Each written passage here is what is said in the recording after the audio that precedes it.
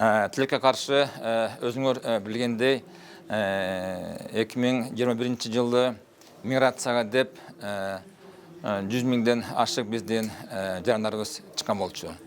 Ошонун негизинен булардын балдары дагы кароосуз калат да. Туугандарына, тайке жендерине калтырып коет. Бирок ошол учурда ошо жакын туугандары кантип карайт экенин аны биз билбейбиз да.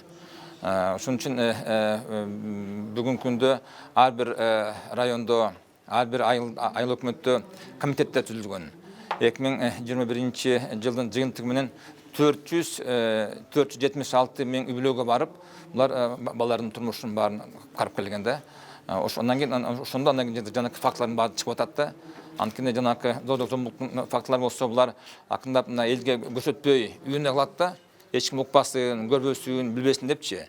Анан кийин жанакы биздин комитеттерибиз барып, ошонун баардыгын аныктап алып чыгып, анан кийин ошонун кандай бир жою боюнча биз бүгүнкү күндө аракеттерди кылып атабыз.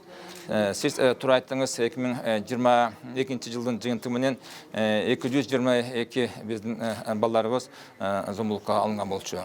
Ар бир факт боюнча, ар бир эмечи райондо чаралар көрүлгөн.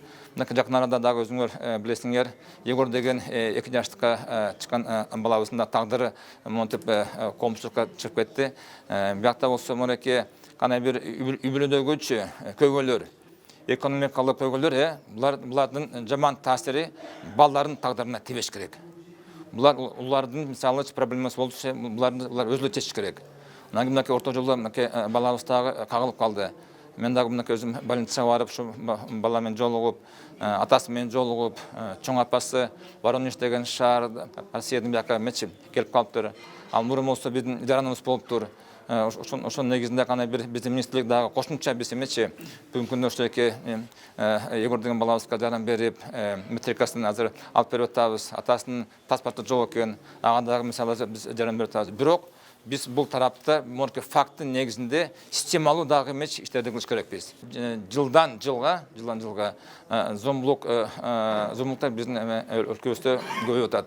2021 жылдын жыйынтыгы менен 222 балабыз зомбулукка кабылса, 2020 жылы 170 болсо, 2019 жылы 100 тегерене болгонда, то есть жылдан жылга бир 15%гачы эң эле бир жагы көбөйүп атат.